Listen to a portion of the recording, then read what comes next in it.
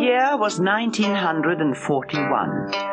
The place, a mission hospital in the province of Xi'an, far away in northwest China. Lost, mountainous, 1,000 miles from anywhere.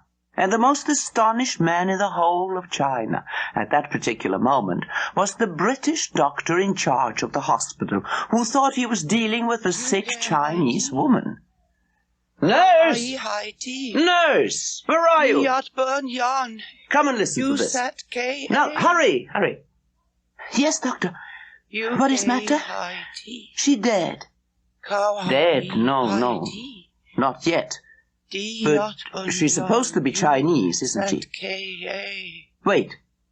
Listen.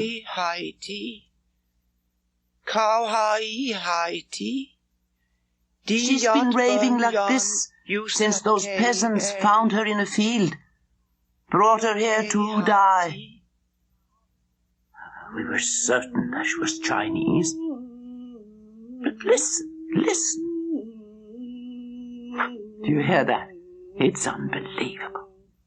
That's not Chinese song. Of course not. It's from an English musical comedy. I remember it well. She must be Chinese woman. Speak mountain dialect, very difficult unless born in mountain. She wear Chinese clothes. She look Chinese. You must say, my children. The Japanese will kill them. But that's English, isn't it? Save my children. But what does she mean, save her children? What children? And what's she doing here in the middle of China, in the middle of a war? Brought here by 2 Chinese peasants on a cart. And dying. She going to die, doctor? Well, looks very much like it. Malnutrition, scars, relapsing fever. Unless, that is. Yes, doctor? Unless God has decided he has other plans for her.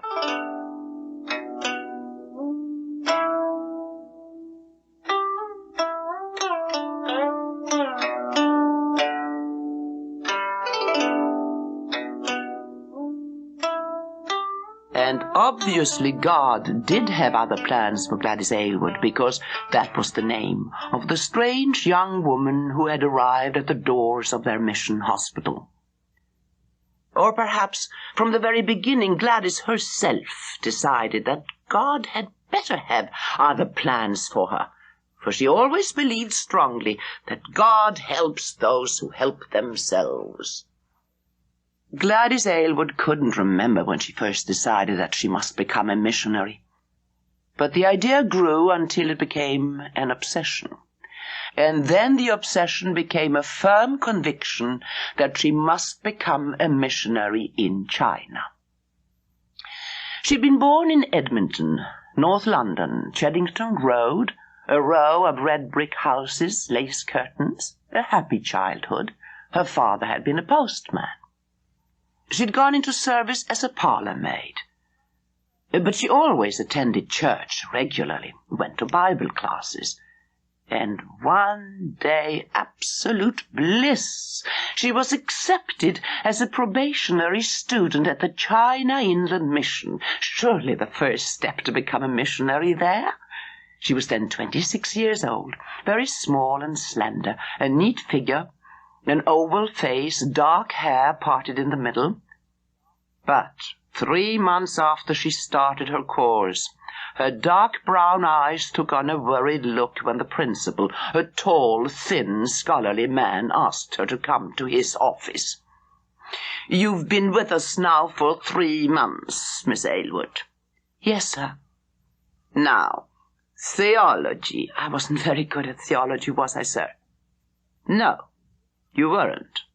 Not good at all." She remembered how she sat with her fingers tightly clenched in her lap. She hardly heard the voice that repeated her list of failures. She knew she could never make him understand. She knew she lacked the logic to argue with him or the education to pass his examinations. She knew she hadn't the background. She knew she had no chance. It was to Gladys the most heartbreaking moment of her life. Nothing else to do but to go back to being a parlour maid again. But she knew also, with a single-minded clearness, that she still must go to China. An agency found her a job in a London household. She sat on her servant bed and looked at the suitcase she had lugged up the stairs. She took out the black well-thumbed Bible and put it on the dressing table. She turned out her purse, which contained all the money she possessed. There were 2 pennies and 1 halfpenny. She placed the coins on top of the Bible. She felt like weeping. China seemed so far away. Suddenly conscious of her deep needs, she cried out, "Oh God, here is my Bible. Here's my money. Here's me. Use me, God." And it was at that moment that she knew what her course must be. If the China Inland Mission wouldn't send her to China, then she would send herself. She would save her wages and pay her own fare. She never forgot the look on the face of the elderly booking clerk at Müller's, the travel agency in the Haymarket, when she approached him about a ticket to China. Certainly he thought she was mad. "Madam," he said severely, "the journey by Trans-Siberian Railway is quite impossible because a conflict is raging between Russia and China at the eastern end." "I couldn't really care about a silly old war," said Gladys. "It's the cheapest way, isn't it? That's what I want. Now, if you'll book me a passage, you can have these £3 on account. If you'll order me a ticket, I'll bring in my money every week until I've paid the balance. Is that all right?" Very well, madam," the clerk said. "I don't know what the management would think about this, but I hope it will be all right." Exactly what she thought she would be able to do when she arrived in China without a penny in her pocket, understanding not one word of the language she hardly knew herself. But she was determined that she could at least equip herself as an evangelist and know the Bible intimately. Then she had her first piece of luck. From a friend she heard of Mrs. Lawson. "Oh, a dear old soul, 73 years old this year, and still working away as a missionary in China. She wrote only a few days ago saying she wished she could find some younger woman who could carry on with her work." Gladys Aylward remembered how her mouth dropped open in astonishment. How all she could do was whisper weakly, "That's me. That's me." She wrote at once. Could Mrs. Lawson help her? Could she join her? Could she come to China? Then came that wonderful morning when the letter bearing the Chinese stamps dropped on the hall floor. It told her that if she could manage to get to Chin-Sin by herself, a messenger would meet her there and guide her to wherever Mrs. Lawson was working. The excitement! She had to get a passport at once. She had to finish paying for the ticket. She had to plan what she was going to take. "I'm going to China," she said. "I'm going to China." The Gladys Aylward one-woman expedition to China assembled on the platform of Liverpool Street Station one Saturday morning in October 1930. It must be numbered among the most humble expeditions ever to leave the shores of England. It possessed in currency exactly 9 pence in coin and 1 traveller's cheque worth £2. The cheque was sewn carefully into an old corset given to the expedition by its mother, in the hopeful belief that even horrible foreigners would not dare to pry too closely into an undergarment. It also hid, besides the cheque, her Bible, her fountain pen, her tickets, and her passport. She kissed her mother and father and sister goodbye, and settled herself into the corner seat of her third-class compartment. The whistle blew, the train hissed and puffed. She waved through the window until her family were out of sight. She dried her eyes, sat down, and spread out on the seat beside her the old fur coat which a friend had given her, and which her mother had cut up and made into a rug. Her 2 suitcases were on the rack.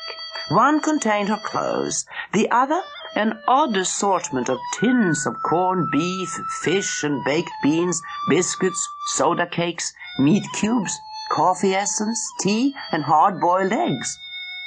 She also had a saucepan, a kettle, and a spirit stove. Gladys Aylward was off to China to become a missionary. These were her rations to avoid starvation.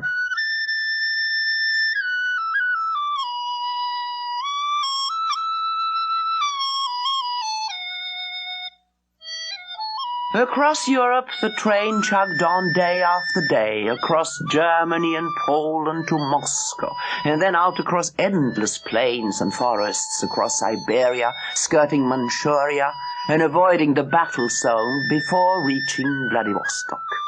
Then by boat, Gladys traveled via Japan to her first port in China, Chin-Sin. There she found a mission with a European staff where they trained Chinese converts. Yes, they knew about Mrs. Lawson. She was in the territory of Shanxi in North China at a mission station in an old walled town called Yangcheng. It was north of the Yellow River, in very wild and mountainous territory. It would take many weeks to reach there, the last 100 miles or so by mule across mountain trails. Well, she never forgot that first sight of Yangcheng. It stood far off on its mountain peak like a castle in the fairy story. Gladys found where Mrs. Lawson lived, an old inn with a derelict courtyard. Out of the door to meet them came a small lady with pure white hair and the bluest eyes Gladys had ever seen. She was dressed in a dark blue robe and trousers.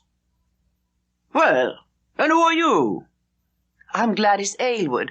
You're Mrs. Lawson?" "Yes, I am. Well, get off that mule and come on in." The house was old and big with many rooms. "I've only just managed to rent it," said Mrs. Lawson. "Got it cheap because it's haunted. A bit rough, but it'll be all right when it's cleaned up. Are you hungry?" "Famished." Mrs. Lawson called out in Chinese, and an old man came in. He was introduced as Yang, the cook. After the meal, Gladys went out to get her baggage and to look at the view. As she turned out through the doorway, a group of Chinese infants saw her and fled, howling. Some older children appeared over a wall, surrounded her, and began to jeer in a sing-song voices. 2 women further down the street picked up pieces of dried mud and flung them in her direction. In consternation, Gladys ran back to Mrs. Lawson and told her what had happened. "It happens to me every time I go out," said Mrs. Lawson. "I usually come back covered from head to foot with the filth and mud they've thrown at me. They hate us here. They call us foreign devils. It's something you'll have to get used to." If there was ever a militant Christian abroad in the mountains of Shanxi, it was Jeannie Lawson. But poor Gladys in those early weeks found life hard to bear. Life was full of dramatic and sometimes dreadful surprises. On one occasion, Jeannie Lawson was sitting at the table writing in her journal when Gladys burst in, almost incoherent with grief and shock. "Well, whatever's the matter?" said Jenny. Oh, I've just seen a dreadful thing.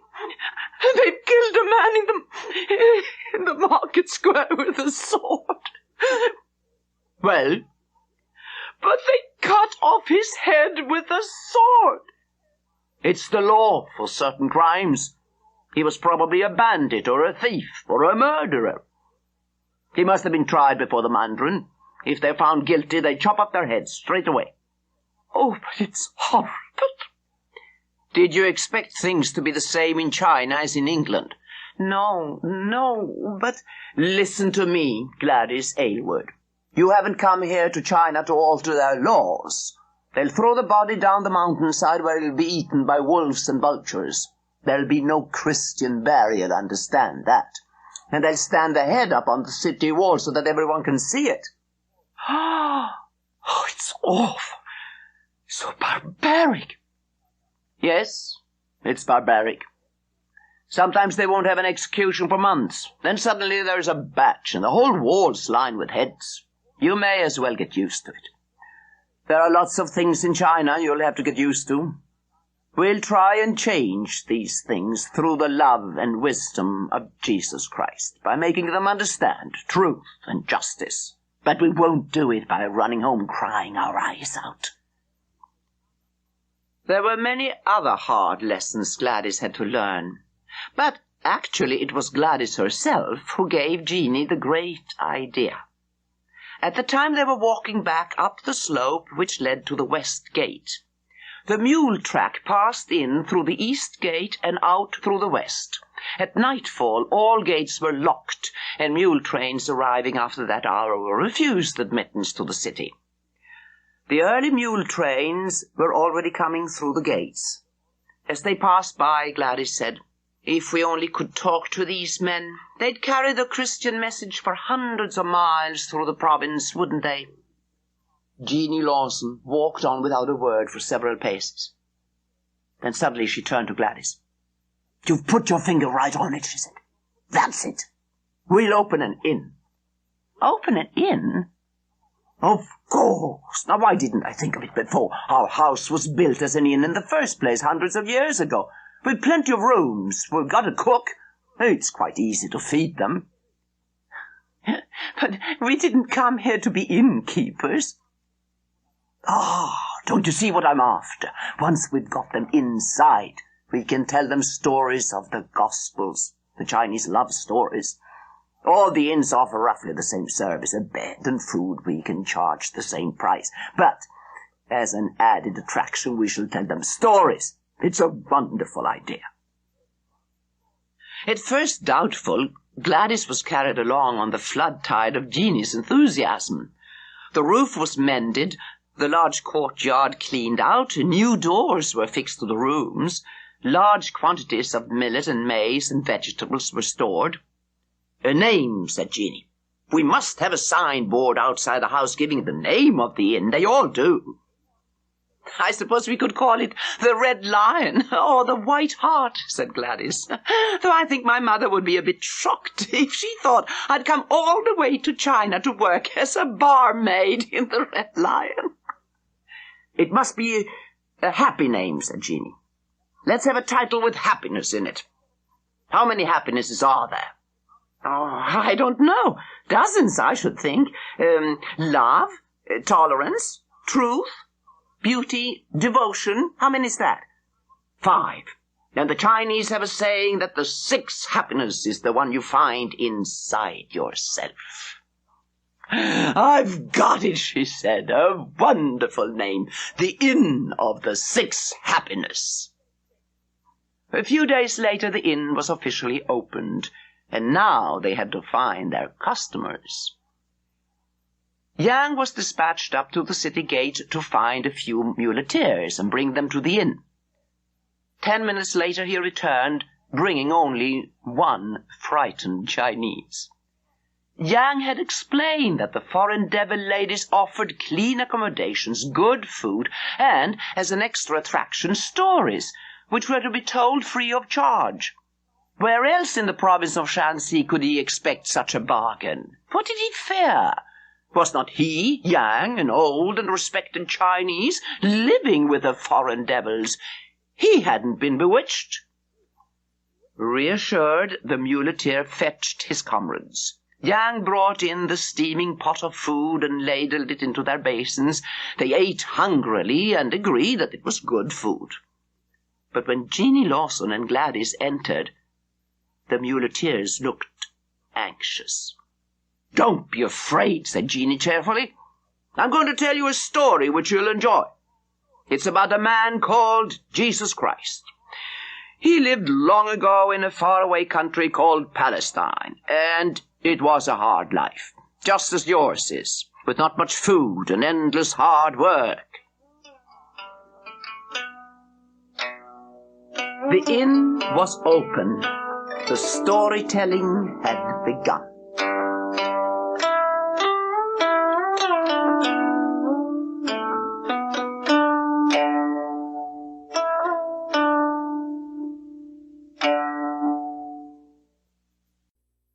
Learning the Chinese language was also, Gladys discovered, a slow business. But Yang was a willing teacher. He had volunteered to become cook to Jeannie Lawson in the first place because he'd heard of this Christian gospel and he wished to know more about it. She learned some of the Bible stories in Chinese by heart and relieved Mrs. Lawson from time to time at the evening storytelling. Even Yang took a turn, although at first he was inclined to get his religious relationships confused. He loved the story of Noah's Ark, and on 2 occasions they discovered him describing enthusiastically how Jesus Christ put all his animals aboard the ark and sailed to safety across the flood waters to Bethlehem. For more than a year, Jeannie and Gladys ran their inn, and then, to Gladys's great sorrow, Jeannie, now well over 70, died. The weeks following Jeannie Lawson's death were amongst the most difficult that Gladys ever experienced in China. Her financial position was perilous. Their rent was paid for a year. The little money they earned every night from the muleteers just about covered their overheads, but there was no margin of profit or hardly a livelihood. Still, the mission was in being, and Gladys had no intention of abandoning the inn, ever, if she could carry on. It was several weeks after Jeannie's death that Yang came up with the idea of Gladys visiting the Mandarin of Yangcheng and pay her respects. But I've never met a Mandarin in my life.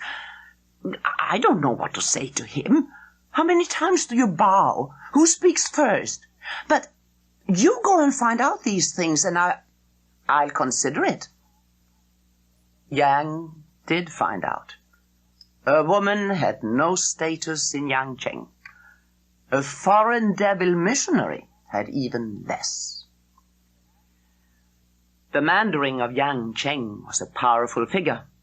As magistrate, he commanded the power of freedom and imprisonment, life and death over all the people in his territory. In a feudal society, he was an absolute lord. It was therefore with a great shudder of panic that one day she heard Yang shouting, "Mandarin coming! Mandarin coming!" She ran down the stairs and into the courtyard just as the retinue began to troop in. It was so magnificent that she halted in mid-stride. Coolies bore the sedan chair, curtained against prying eyes. Around it were grouped the Mandarin's clerks in robes of dark blue. The clerk stepped forward and carefully opened the door of the chair, his arm proffered to help the Mandarin out. He was quite magnificent. He was tall, with black hair, a pale ivory face, and a moustache which drooped at the corners. His wide-sleeved gown fell smoothly to the pointed black shoes. His long, glossy, jet-black pigtail hung down his back. "I come to ask your advice," he said at last. "Oh!" She was surprised to hear she had a voice at all. "You are aware that for many generations the custom of foot binding has been practiced in this province," he went on. Has it? She hadn't really thought much about it. His Mandarin Chinese was pure. She felt pleased with herself that she had no difficulties in understanding him. "The feet of females are bound soon after they are born. Now we have received a decree from the central government that all foot binding must cease immediately. Every woman in this province has bound feet. Therefore, someone with big feet unbound feet must undertake the work of inspection.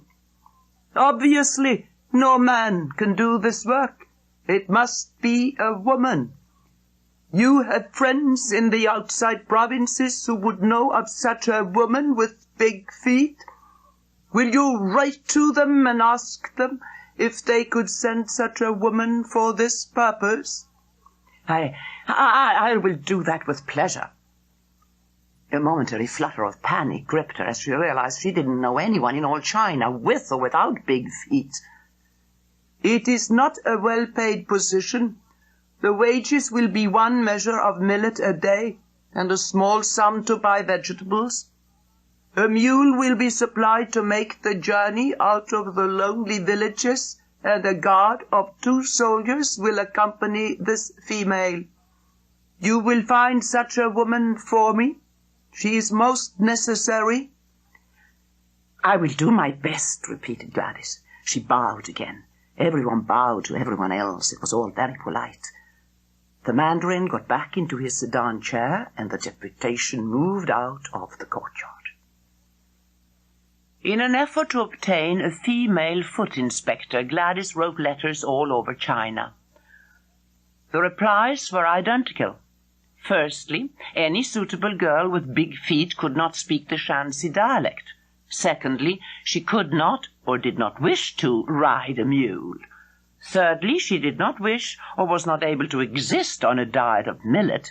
They came from places where they only ate rice.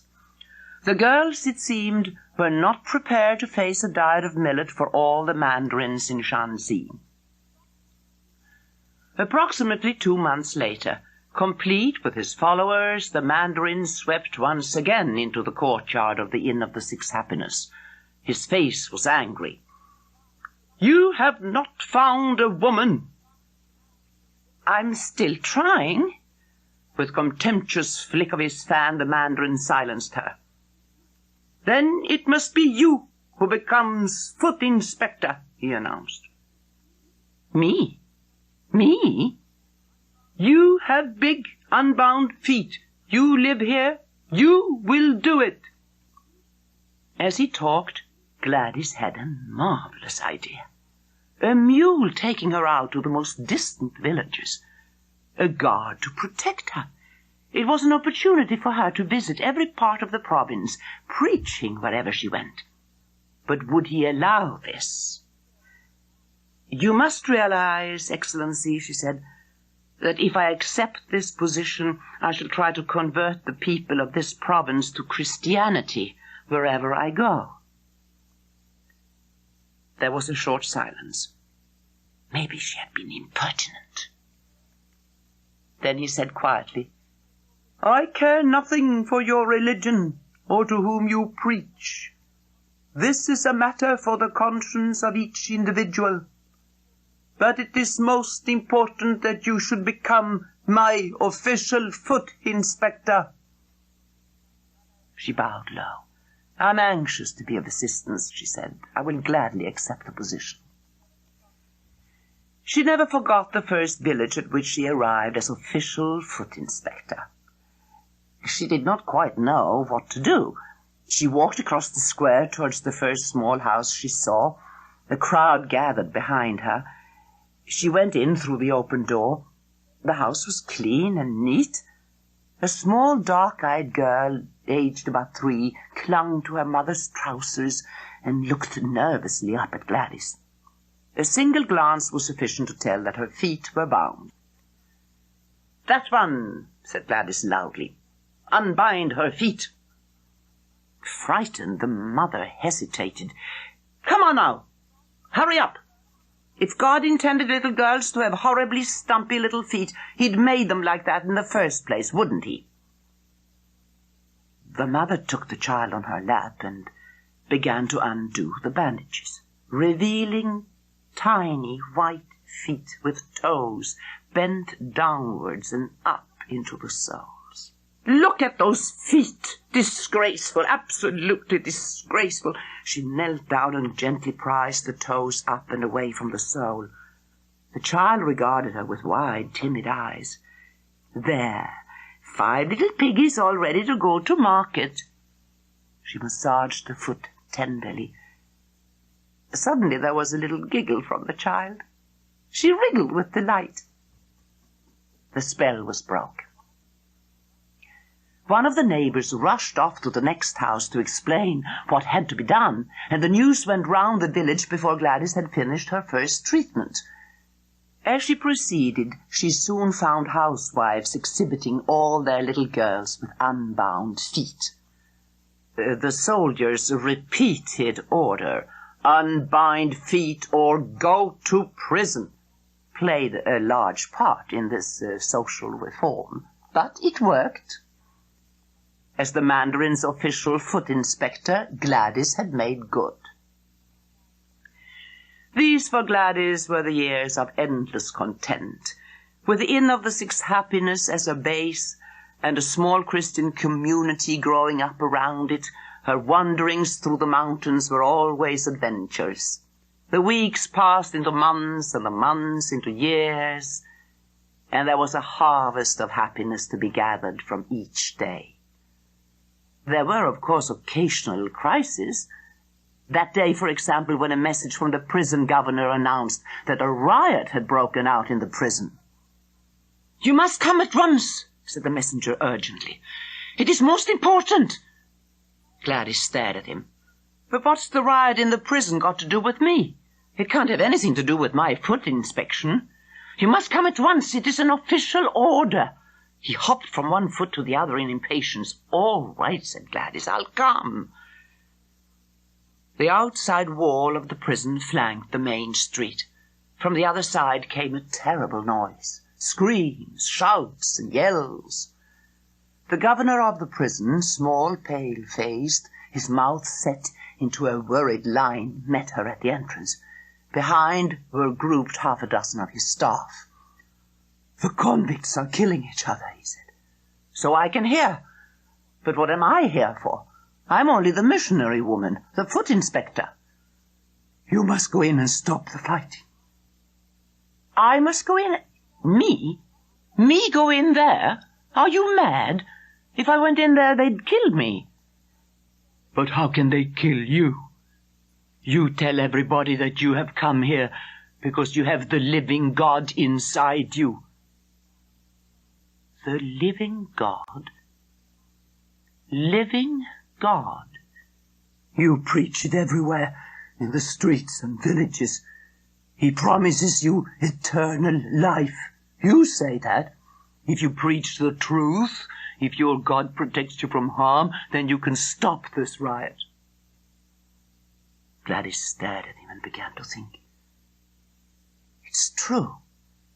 You have been preaching that your Christian God protects you from harm and from all things evil. Fail now, and you are finished in Yangjing. Discard your faith now, and you discard it forever." "I must try," she said to herself. "I must try. Oh, God, give me strength." She turned to the governor. "All right. Open the door. I'll go into them." "The key," snapped the governor. "The key, quickly."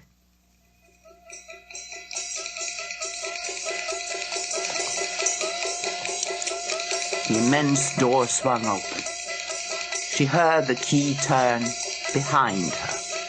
She was locked in the prison with a horde of raving criminals who by their din sounded as if they all had gone completely insane. The dark tunnel, 20 yards long, stretched before her. At the far end it appeared to open into a courtyard. With faltering steps, she walked through it and came to a standstill, rooted in horror. The courtyard was about 60 feet square, with cage-like structures round all 4 sides. A group of men were watching one convict who brandished a large blood-stained chopper. As she stared, he suddenly rushed at them, and they scattered wildly to every part of the square. No one took any notice whatsoever of Gladys. The man rushed again. The group parted. He singled one man out and chased him. The man ran towards Gladys, then ducked away. The madman with the axe halted only a few feet from her. Hardly realizing what she was doing, she took 2 angry steps towards him. "Give me that chopper. Give it to me at once." The man turned to look at her. For 3 long seconds, the wild, dark pupils, staring from bloodshot eyes, glared at her. He took 2 paces forward. "Give me that chopper. Give me that chopper." Suddenly, meekly, he held out the axe. Gladys took the weapon from his hand and held it rigidly down her side. The other convicts stared from every corner of the courtyard. "All of you, come over here. Come on, form into a line. Get into a line at once. You over there, come on. Form up in front of me." Obediently, the convicts shambled across, forming into a ragged group before her. There was silence. Then, suddenly her fear had gone. In its place was an immense pity. "You should be ashamed of yourselves. All this noise and all this mess." Mess? She waved her arms to indicate the bodies and blood left behind. "The governor sent me in here to find out what it was all about. Now, if you clean up this courtyard and promise to behave in the future, I'll ask him to deal leniently with you this time. Now, what is your grievance? Why did you start fighting like this?" A tall young man spoke up. "My name is Feng," he said. He explained that no one really knew why or how the riot had started. Someone had quarreled, someone else had joined in, and suddenly, without anyone knowing exactly why, violence erupted. He could not explain this strange occurrence. Perhaps it was that many of the men had been there for many years, he said. "What do you do all day in here?" "Do? There's nothing to do." "No occupation of any sort?" "None. But a man must have work, something to do. Well, I should see the governor about it." It was at that moment she became conscious that the governor and his followers were behind her. The governor bowed to Gladys. "You've done well," he said gratefully. "We must thank you." "It's disgraceful. These men are locked up here week after week, year after year, with nothing to do. Of course you have riots if they've nothing to occupy their time. You must find them occupations." "Occupations," he repeated. "Yes, they must have work to do. We must get looms so they can weave cloth. We must find all sorts of jobs so that they can earn a little money and buy food and get back a little self-respect." The governor nodded, anxious to cooperate. "We will help all we can." "That is good." Gladys turned to Feng. "I'm going now, but I shall come back. I promise I will do all I can to help you." "Thank you," he said. "Thank you, Ai Weiwei." She did not know at the time what the words Ai Weiwei meant. It was Yang who told her. It means the virtuous one. She was known as Ai Weiwei for all her remaining years in China.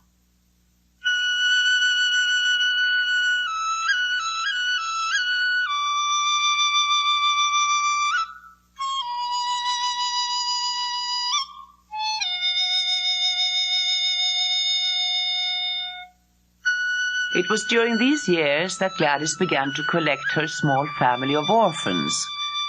The first, a baby girl she bought from a beggar woman for the sum of 9p, and Gladys called her 9p ever after. The second, a little boy, just walked in the front door and never left. And the other 3 arrived in roughly the same way. Now Gladys and her family of 5 lived at the inn. They were good days. There was time to think, time to sleep, time to pray. She was very happy. She knew that rumors of a war with Japan were in the air, but thought that Yang Cheng was far too remote for war ever to reach them. She was wrong. It was on a spring morning in 1938 that the little silver planes came buzzing in over the mountains. Everyone ran out of their houses to watch them, for many had never seen an aeroplane before, and these looked so pretty, swooping down out of the sun. Gladys did not run out of the inn, because at the time, with the cook and 4 converts, she was kneeling in morning prayer in an upstairs room. She did not hear the planes until the last minute. The people in the streets of Yangcheng were still waving and shouting as the pointed metal cylinders fell from the bellies of the aircraft and plummeted down into the town. One bomb screamed over the buttress of the city wall. Another struck the roof of the inn. In the upstairs room where Gladys, Yang, and the others were praying, the floor collapsed, and they slid and fell downwards in a welter of timber, tiles, dust, and plaster to be buried amongst this debris in the room below. Gladys did not remember losing consciousness. She only remembered hearing faint voices, and then slowly realizing that she was lying face downwards with a great weight pressing on her back. It seemed hours before she felt the debris being hauled away. At last they got to her. A heavy beam pinned her down. It was a miracle she had not been killed. The aeroplanes had gone, but now there was panic and confusion everywhere.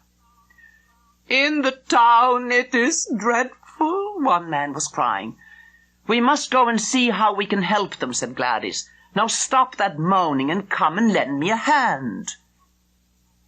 Dead and dying, wounded and bomb-shot lay everywhere, for the streets had been crowded.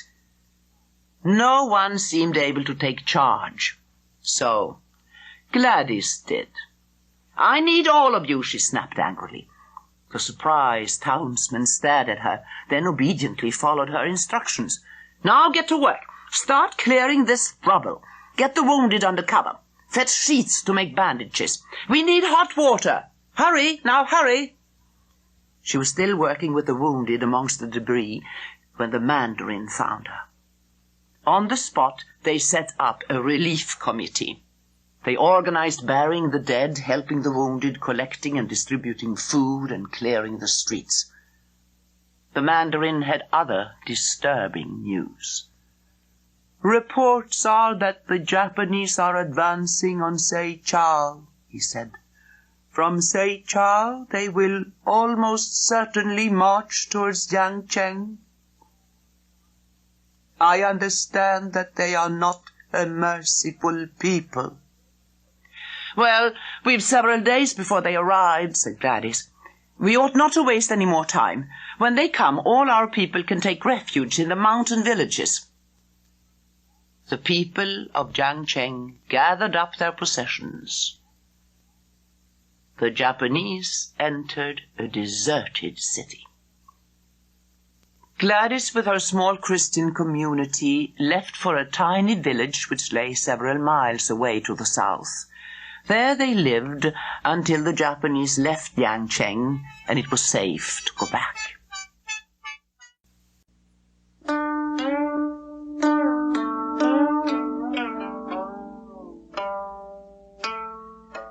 Through the autumn, winter, and early spring of 1939, Gladys divided her time between the mountain village Yangcheng and all the villages in the province where she had established small Christian communities.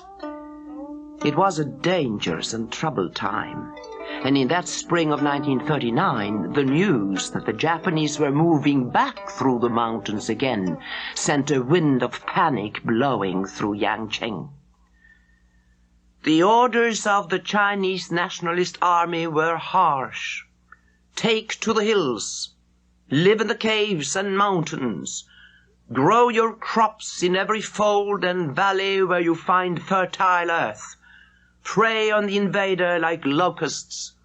Kill his men. Steal his supplies. Take the rifles from his dead and turn them against the Japanese. Only in this way can we save China."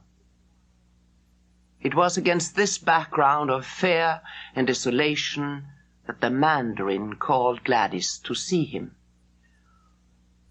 "I am having a small meeting, a supper, you might say, which I would like you to attend. It will probably be the last ever held in the town of Yangcheng, and I have something to say that I wish you to hear." The meal was simple, unlike the feasts she had attended in early years. At its close, the Mandarin stood up and made his speech. He recalled how Gladys had first come to Yangcheng, how she had worked as a foot inspector, what she had done for the poor and the sick and the imprisoned. He talked of the new faith called Christianity, which she had brought with her, and which he had discussed with her many times. After speaking for some minutes, he turned very gravely towards her. "I would also like to embrace your faith. I would like to become a Christian." It was one of the most moving moments of her life. And in the same period came another event which was to change her life. There was heavy fighting going on all around Yangcheng when a young Chinese nationalist officer called at the inn. "We are sorry to bother you," he said, "but we thought you might help us." "How can I help you? You are fighting a war. This land belongs to God," he said quietly. "We are sorry to interfere, but when I was stationed in Chongqing, General Chiang Kai-shek said, 'If you want someone you can trust, go to the Christian church.'" Gladys looked at him sharply. "What are you to do with the general?" "I am one of his representatives. He believed that you, a Christian, would be on the side of China, that you would care deeply for China and its people." "Of course, that's true. Perhaps you had better come in and talk to me." Seated opposite her in the mission, he told her that they were members of Chiang Kai-shek's intelligence service. In Shanxi, the position was confused, and they had been sent to find out what was happening. It was an area vital to the defense of China. If they could blunt the Japanese attack anywhere, it would be here, in the mountains, where lines of communications were easy to cut, and where at the foot of the peaks flowed the mighty barrier of the Yellow River. He added at the end, quite simply, "Will you help us?" Gladys drew in her breath. She had not expected such a plain question. He was a soldier. She was a missionary. "Japanese intentions in China are evil, are they not?" he continued. "China is fighting to the death in an effort to prevent this evil spreading. China must win this war." She had never thought very seriously or precisely about the ethics of the war. It was odd that this soft-voiced young man should force her to confront the real issues. She didn't know what to do, so she compromised. She said, "I'll help you as far as my conscience will allow me." He stood up and bowed. "That is most kind of you. I will call again and talk with you further, if I may." His voice was very gentle. When he had gone, she went across to the cracked mirror in the corner of her room and stared at herself. Somehow, for the first time for many years, this young man had made her think of herself as a woman again. How strange. She found herself looking forward to his next visit with an odd stirring of interest.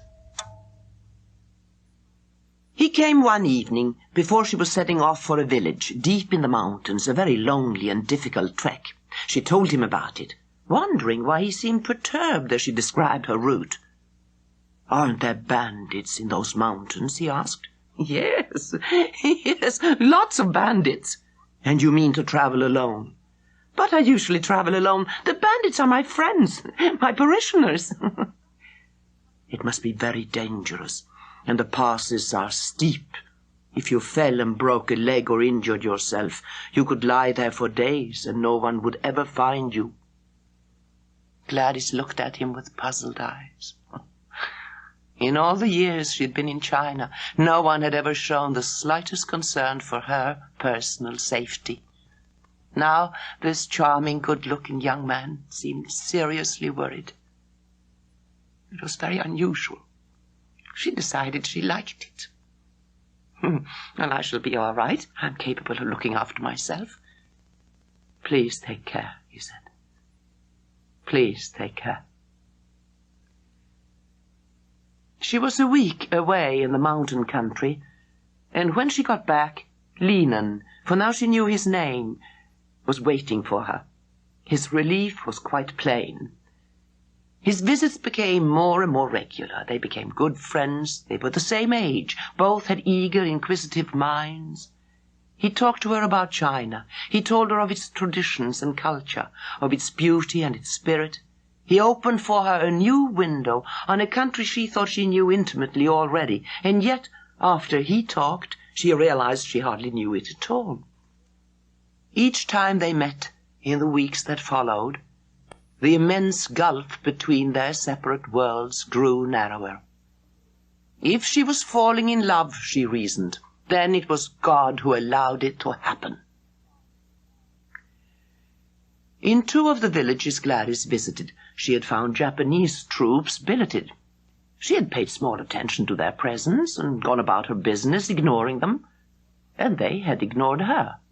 She told Linan about it when she returned. He was very interested and questioned her closely about the number of troops, what weapons they had, where they were situated. The next time she went into territory occupied by the Japanese, she made more careful note of their numbers and their armaments, knowing that her reports would please him. He stirred in her a new patriotism for her adopted country, and now, after all these months, she was almost as fervent a patriot as he. And now also she had to face the hard facts of what she was doing.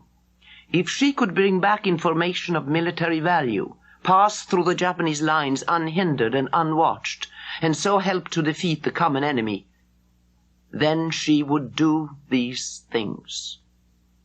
She had become a spy for the nationalist Chinese.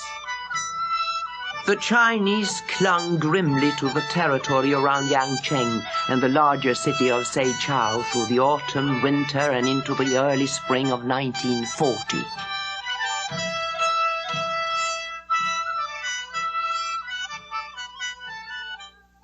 It was during this period that Gladys became friendly with the Chinese general based in the city. Introduced by Linan, she was made welcome at his house. Few love affairs can have flourished in circumstances stranger than that of Gladys and Linan. They met at odd moments in the mountains, in shattered villages, in the bombed towns. They discussed marriage. He was eager that they should marry at once, live together as man and wife, as best they could, war or no war. It was Gladys who said no. The war had to be won first. Marriage, their personal happiness, must wait. With the coming of spring, every day brought the Japanese closer to the town. The noise of rifle and artillery fire was continuous. In spite of all this, she was determined not to leave the city. She felt she might protect her people from some of the worst excesses of the Japanese troops. She was worried about the children, however. From the beginning, the Seichao mission had always cared for orphans. She had known for some time that far away to the south, Madame Chiang Kai-shek had started a fund for war orphans. Orphans were collected from war-ravaged areas and sent to the ancient capital of Xi'an in Shenxi, and there fed, clothed, and protected. During the winter, Gladys had written to the authorities in Chongqing asking if they could help her. A month later, she got a reply. If the children could be brought to Xi'an, the committee would gladly look after them. Gladys decided that all the children must be moved to safety. Someone had to take them south. Now, as the first move, she arranged they should go back to Yangcheng and the Inn of the Six Happiness under the care of 2 women mission workers. Gladys lined them up in a long procession and saw them out of the mission gate. A long crocodile of singing, squalling children headed across the plain towards Yangcheng. When they had gone, she lay on her bed, fully dressed as usual, and weary from the long hours of organization and nursing, she dozed off. When the gravel rattled against her window pane, she awoke, startled. "Who's there?" she called sharply. "The General's orderly." She got up and let him in. "You must leave. The General has information." "What information?" "The Japanese have put price on your head."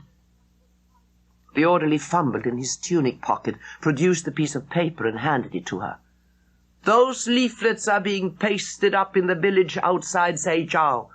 They will appear on the gates of this city tomorrow." She took it over to the lamp to read. $100 reward.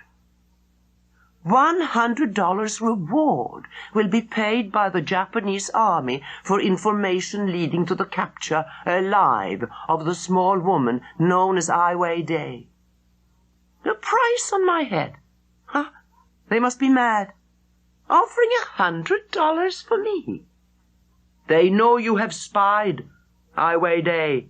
You must leave by the morning. You must leave as soon as the sun rises. Gladys knew that someone had betrayed her. The enemy would bring her to trial and execute her. Now she had to think of the children. If she was arrested, they would be lost. She had to get them across the mountains to Xi'an. "I'll leave at once," she said. It took her 2 days to reach the inn. The children were overjoyed to see her. They crowded around in the courtyard, laughing and chattering. Gladys gathered them around her, a sea of brown, smiling, dirty little children who knew her as their real, true, and God-given mother. "Tonight," she said, "I want you all to go to bed early. Tomorrow we're going for a walk across the mountains, a long, long walk.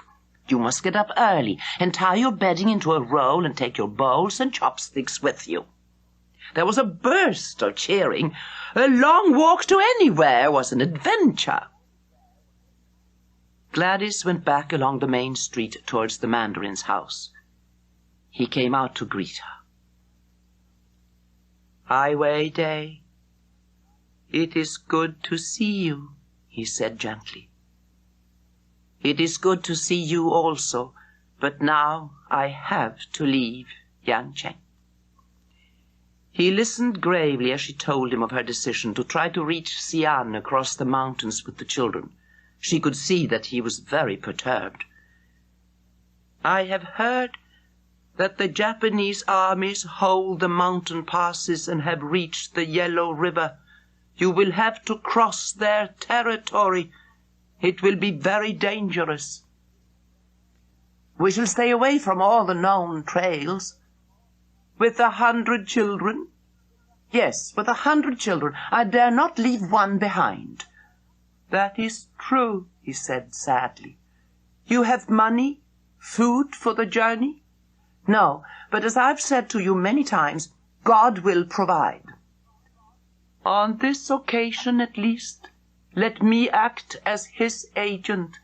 I can provide you with 2 pans of millet and 2 men to carry them for the first part of your journey. It will take you several weeks to reach Xi'an by the route you will have to travel. You understand that?" "Yes, I'm leaving at dawn tomorrow morning." "May God help you," he said.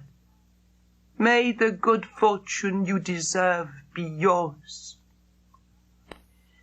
At sun-up, the young children were up and shouting, running around the courtyard, throwing their bundles of bedding at each other, playing tag, and generally behaving in the normal way of young children all over the world.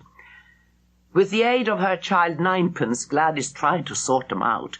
She tried to tell them that they must save their energy for the long day ahead. She might just as well have told a stream to stop running. The two coolies from the Mandarin, carrying the baskets of millet, arrived at the front gate. After one last look round at the bombed-out inn, they were on their way. They followed the main trail south for several miles. Gladys had a whistle, and she blew it once to call the more adventurous little boys down from outcrops of rock, and twice to line them all up to see that no one was missing. They stopped by a stream to boil millet in the iron pot which Gladys carried. She heaped the steaming grain into the basins as each child came up in turn for its helping. At the end of this serving, there wasn't much left in the pot for her. And that was the way things usually turned out. The children, revived after the meal, began to run around again. She gave up trying to keep them in order, but as the afternoon progressed, these games became fewer and fewer, and soon she had 4 small ones hanging on to her coat, protesting that they were tired. And could they all go back to Yangcheng now? Gladys took it in turns with the older boys to carry them. It was getting dark when they came to a mountain village she knew. Help came from an unexpected quarter. An old Buddhist priest stood on the steps of his temple as this Pied Piper of Yangcheng and her brood straggled past. "Where are you going?" he called to Gladys. "We are refugees on the way to Xi'an." "But what are you going to do with all these children, woman?" "I'm looking for a place for us to sleep tonight." "Then you can stay in the temple. It will be warmer than the mountainside." The children needed no prompting. They crowded around the iron pot when Gladys had finished cooking the millet, and when they had eaten, they curled up on their bedding and went fast asleep. She did not sleep so easily. A small creeping doubt had entered her mind concerning the wisdom of starting this journey with so many small ones. Perhaps she was overestimating her own ability. It was one thing to journey through the mountains alone, quite another to take 100 children with you. The more she thought about the future, the less she liked it. But there was no chance of retreat now. She had to go on. They were far from any village when the next night caught them, and they huddled together in a rocky shelter out of the wind. In the night there was a heavy mist, and the children crept under their wet quilts, and next day they steamed and dried out when the sun rose. "How many days will it take us to reach the Yellow River Highway Day?" asked Ninepence. "The muleteers on the normal track used to take 5 days. We're going right through the mountains. About 12, I'd say." "And we shan't see a single Japanese soldier the whole way?" "Oh, I hope not." In the morning the two coolies returned to Yangcheng. They had reached the limit of their province. The next 2 nights were spent in the open. This was new country to Gladys, but she knew they were heading south by the direction of the sun. They were thirsty practically all the time, for the sun was hot and wells were only to be found in the villages. After the heavy, wet mountain mists each morning, they would gather round any drip from the rocks and moisten their tongues. The millet was used up now, and they had no more food. The mountains stretched ahead of them, wild and barren, with few places of habitation. Often when they climbed over virgin rock, the slopes were so steep that they had to form a human chain down the mountainside and pass the younger children down from hand to hand. They cried when they fell down and cried when they got tired. Between them, the older children and Gladys were carrying practically all the bedding now, and often they would give one of the 5 or 6-year-olds a piggyback ride for a short distance. There was rarely any moment when a small hand was not clutching at her jacket. And it was at times like these that Gladys would try and raise their spirits with a song.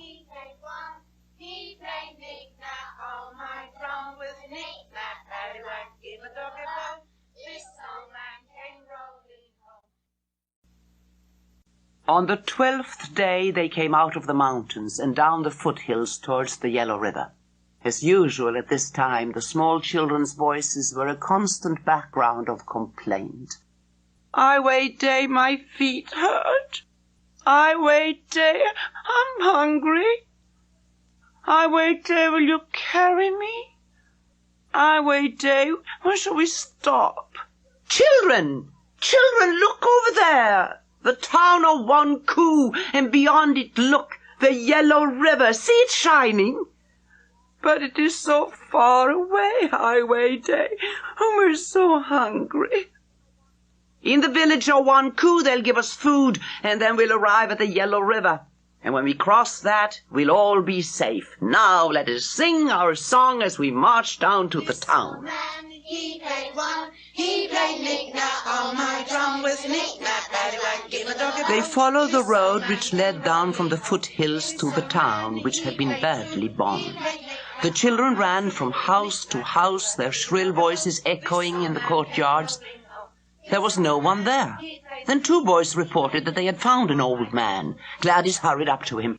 "Old man, this is Wanku, is it not?" "Yes, this is Wanku. But where are all the people? Why is the city deserted?" "The Japanese are coming, and they've all run away." "But where have they all gone?" "Across the Yellow River, away from the Japanese." "How far is it to the river?" 3 miles. Follow the road to the ferry, but you will not find a boat there.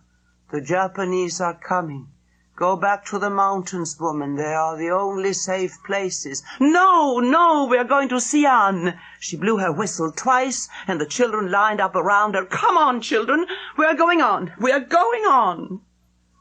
They trudged down the dusty path to the river's edge. It was about a mile across, running swift and deep in the center. But there were no boats. Ninepence said quietly, "Where are the boats, Highway Day?" "Well, they must come across every now and then," she answered. "Well, perhaps we're too late today. We'll spend the night here on the riverbank." She fell eventually into a deep but uneasy slumber. When she awoke next morning, the children were already playing in the shallows. The boys trailed off to look for food in the deserted town. Gladys sat on the bank and watched the sun climbing up the sky. She didn't feel well. If only a boat would come. 3 hours later, the boys came back triumphant. Each bore some small contribution of food, a few pounds of mouldy millet, a few dusty-looking flat hard cakes of dough. It was all boiled in the pot over a fire. There was not enough for Gladys and the older boys, but the younger children were fed.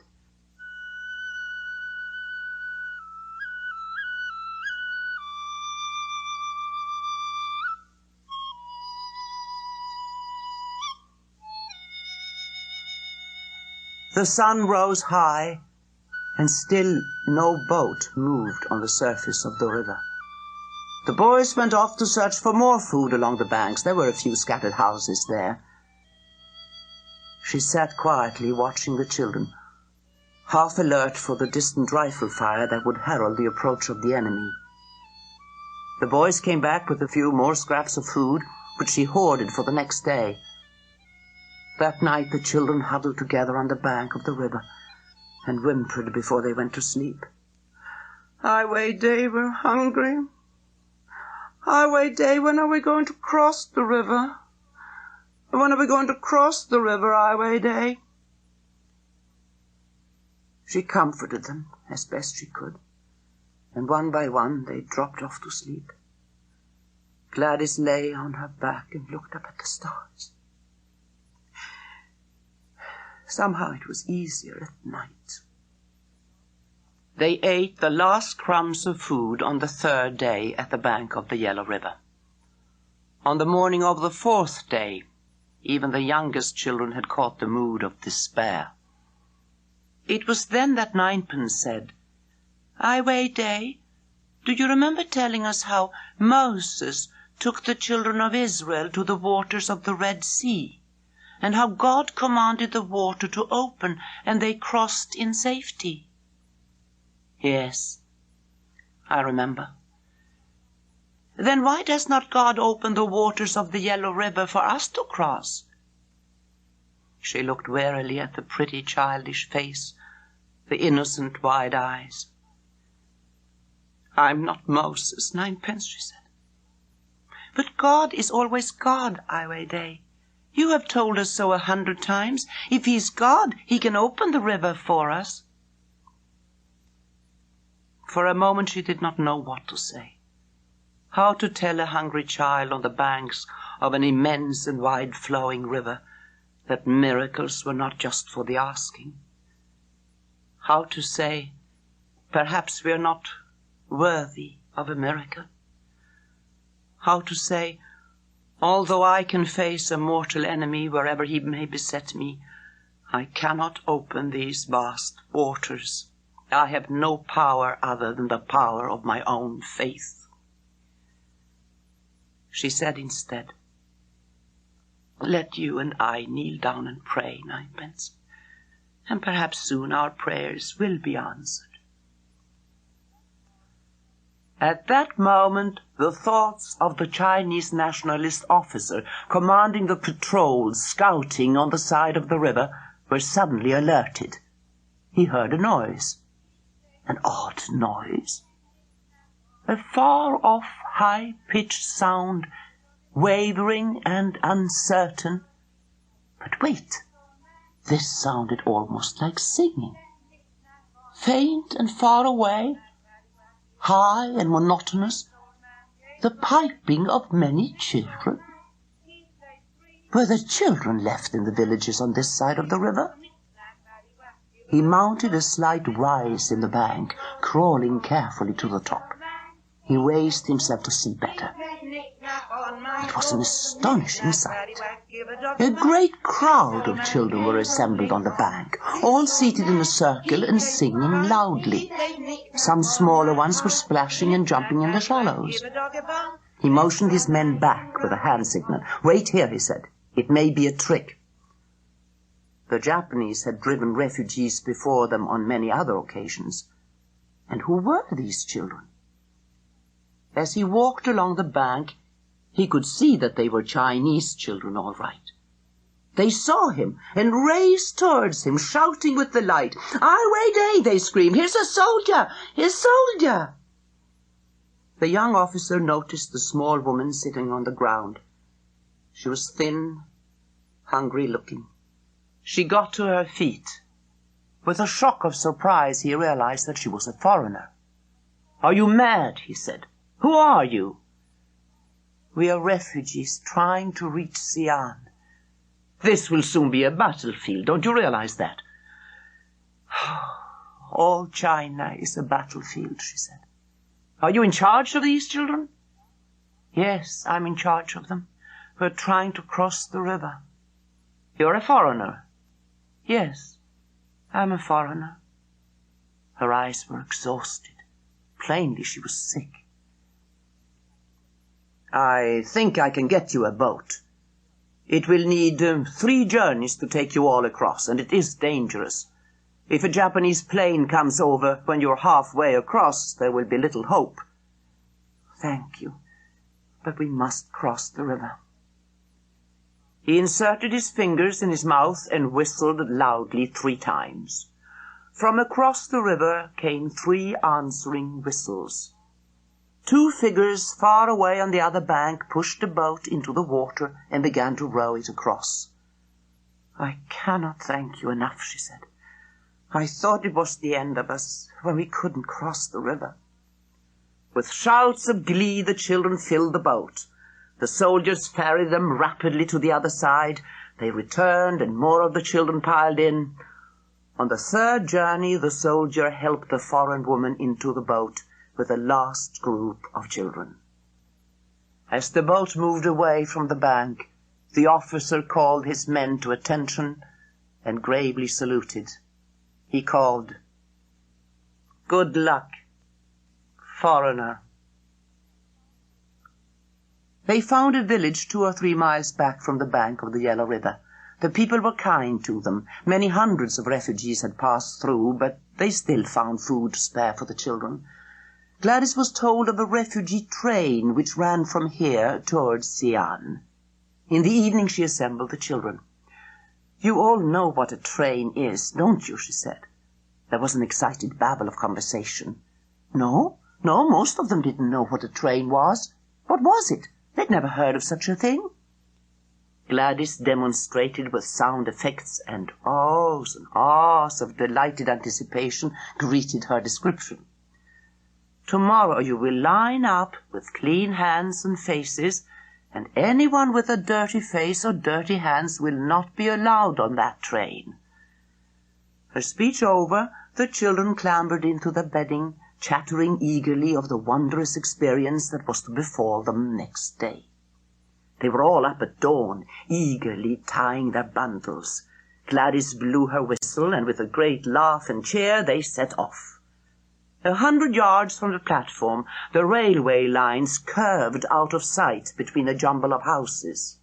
The air was tense with anticipation, and after a few minutes far off, there came the noise of the train. 100 children looked terrified. Those were very strange noises. Such a whistling anger, such a terrifying rumble and hiss. Eyes twitched back to that fatal curve. Was Ai Weiwei quite certain she was right about this train? Even in the distance it sounded like the grandfather of all the dragons in the world. Supposing it gobbled them all up? The noise grew greater, and round the corner it snorted. There was one loud, anguished squeal of utter terror from the children as they fled in every direction. By the time the train was 25 yards away, not a single child remained on the platform. The wooden carriages clattered to a halt, and Gladys tried to find the children. They were retrieved from under boxes and bales from every conceivable hiding place within 200 yards of the station. As the train jogged slowly into motion, the children began to enjoy their experience. For 4 days they stayed aboard the train as it rattled forward in slow, short stages. Occasionally it stopped for hours, and everyone got off and stretched their legs. At intervals along the line there were refugee camps where they were given food and tea. Gladys dozed a great deal of the time.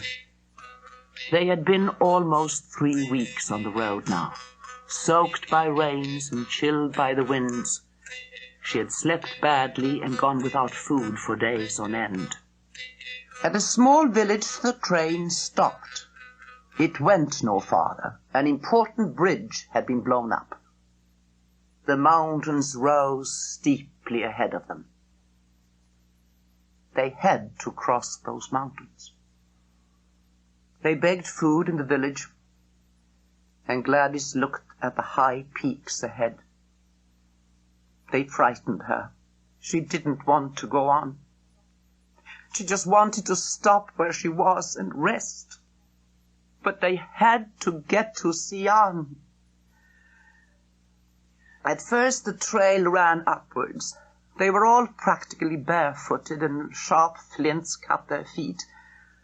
A chill little thought settled in her mind. If ever they lost the track, they could wander until they died amid such desolation. All that day they climbed painfully upwards. It was in the afternoon, resting for a moment on a rock, that she stared around at the children.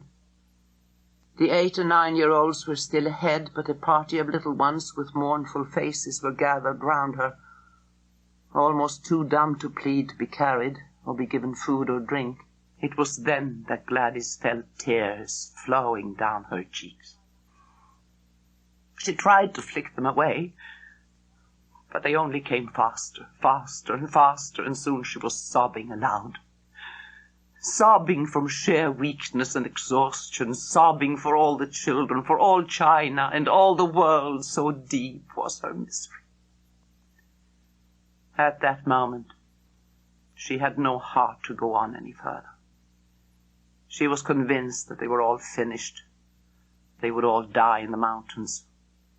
She was convinced that she had brought them all to this plight, that she had betrayed them, and she sobbed because of her guilt.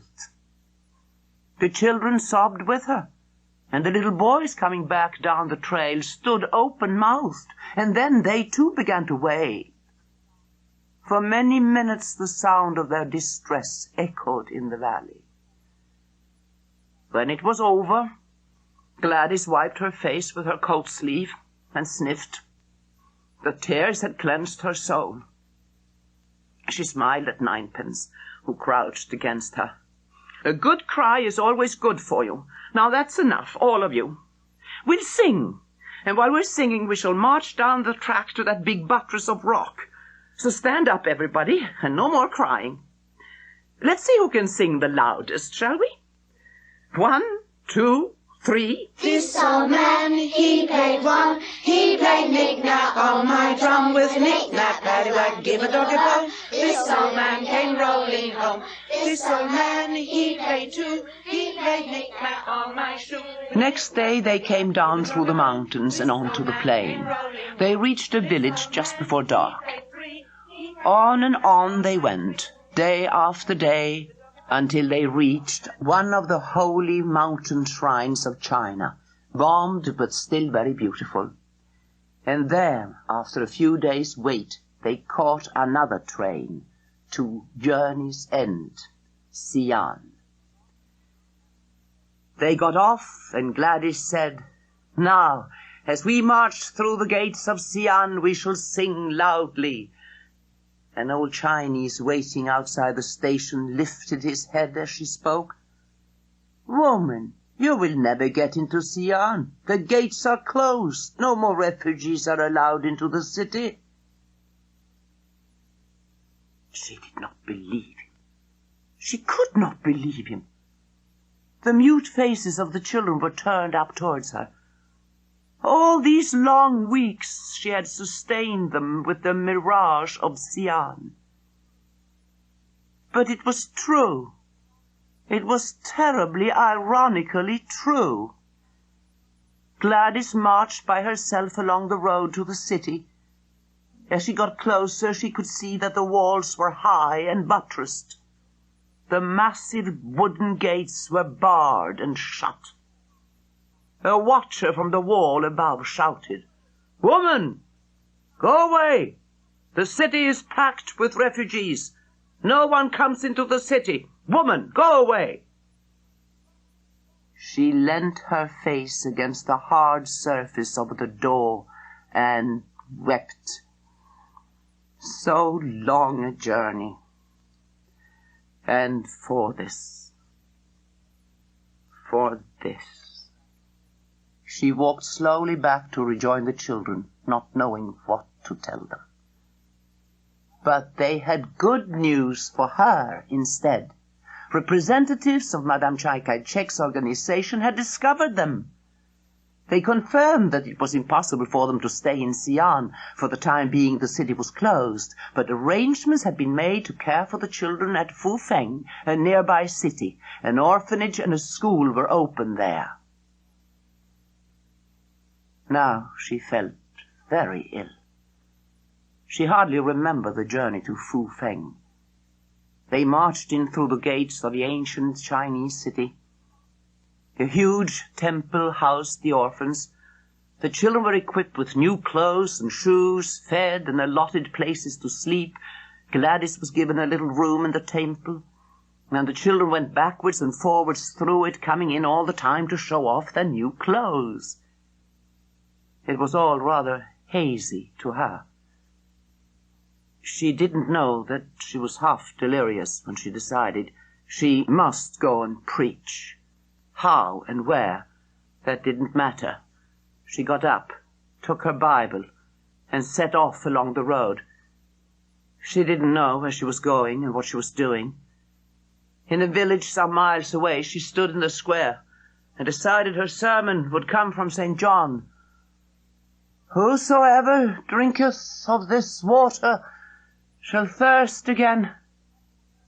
But who shall drinketh of the water that I shall give him shall never thirst." The villagers laughed at her, this mad woman, this small one who acted so strangely. She remembers nothing of what happened afterwards. She probably wandered from the village and lost conscience by the roadside. The two peasants who carried her body in their cart to the mission hospital knew that she was a foreign devil. She was dying, and it was only right that she should die with her own people. But Gladys Aylward did not die. With the help of modern drugs and the kindly, persevering doctor, she recovered. She rejoined her children and saw them settled in various orphanages. Her own 5 children she cared for herself. It was 1949 when an American missionary society paid her fare back to England. She stayed there for 5 years, regaining her health. But she yearned all the time to return to China. This was difficult. China was now communist.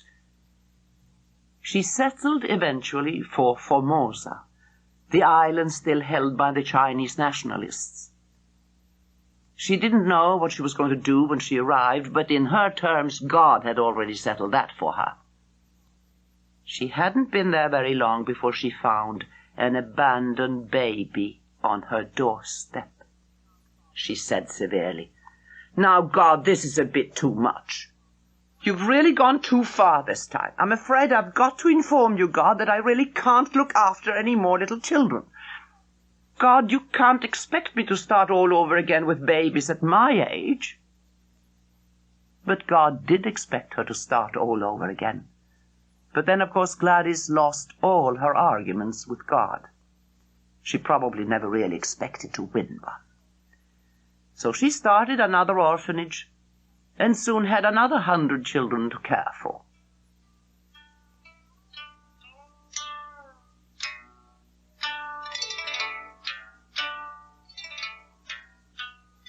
Gladys Aylward, who died quietly in her sleep in 1970, was an original and extraordinary woman. She could never see a child hungry, a child neglected, a child dirty, or a child in despair without rushing to take it to her heart. And above all, she lifted our hearts because of her innocence and courage, and because of her passionate belief that through God you can move those mountains that block out a view of the sun.